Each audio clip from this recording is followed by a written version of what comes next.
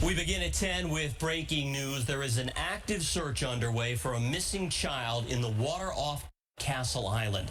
Mass State Police are not giving us much information right now, except to say they are searching from the air and on the water for a 4-year-old boy. The dive team is also on scene.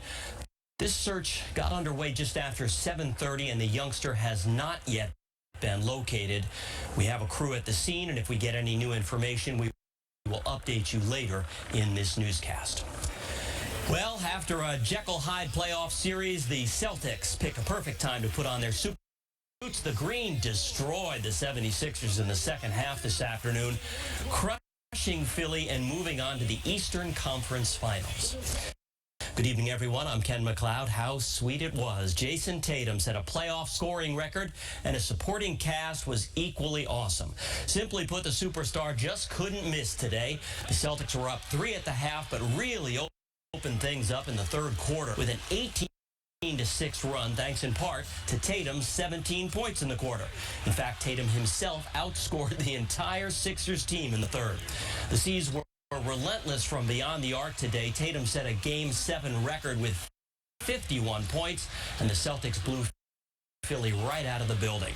They now have a rematch with the Miami Heat in the Eastern Conference Finals. That'll begin Wednesday night at the TD Garden. And of course, the Green faithful were really jacked about the win. Tatum broke the Game 7 record. Like, what else do you want? We needed that from him. We needed that from him. I mean, did you want a closer game or did you want a 30-point lead? That's what we wanted. That's 30 points. Keep in mind, the Garden fans booed the C's last Wednesday night when Philly pummeled the Celtics, and the Garden to go up 3-2 in the series, but the Celtics turned things around in Games 6 and 7. The game was excellent. The third quarter was phenomenal. Yeah. So it was great. 3-point game at halftime. We scored all those points. Also, Great a win. 30-point lead from 3 points to 30 points. It was excellent. Yeah. It's a big relief on your Mother's Day. Big relief. Very big relief.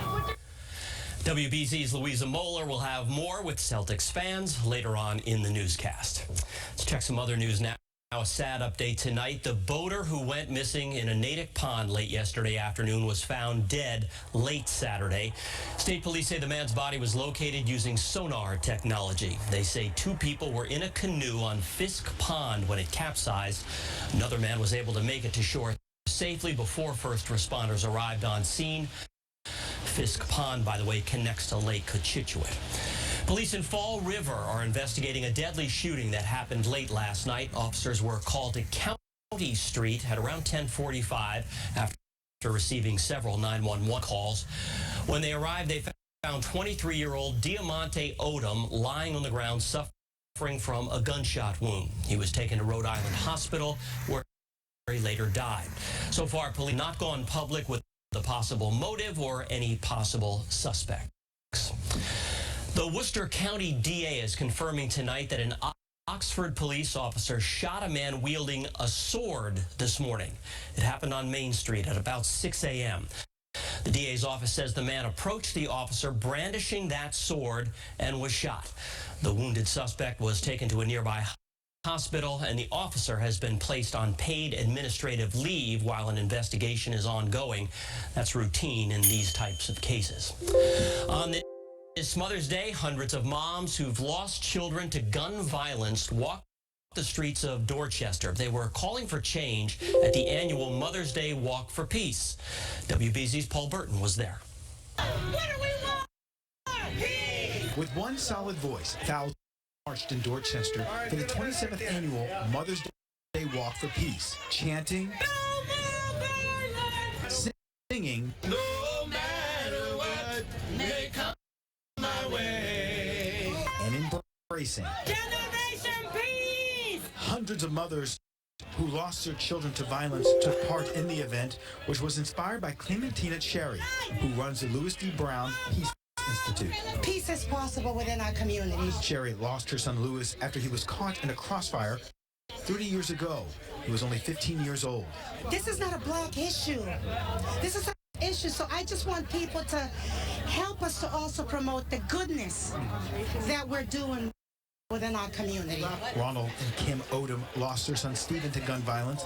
He was only 13. The Peace Institute has been such a instrumental, help to us on this journey to support the Peace Institute, to support Clementina Cherry. We had to be here. Not only that, in memory of Stephen and his heart, because he had a heart for peace. City and community leaders, sports figures, and other organizations took part in the march. We all want peace, and that's why you see this turnout here. And a lot of other mothers here are mourning. We're mourning with them. Having communities come together like this to come up with solutions and help me gain more knowledge on the situation. And with more knowledge, you can take action. The 4.3-mile walk around the city gives participants a chance to bond, to remember loved ones, to speak out against the violence, and promote peace in the community. There is nothing more powerful than a mother's love, and we are channeling this love for our entire community to make sure that Boston will lead the way in eradicating poverty, violence. Chaplain Cherry, every community is touched by her heart, her soul, and her love. In order to address issues of violence, intervention must happen at multiple levels. In Dorchester, I'm Albert, WBZ News. It was a beautiful weekend out there to be outside. We've had great sunshine both today and yesterday, and looks like we're going to hold on to some of that over the next couple of days. We've got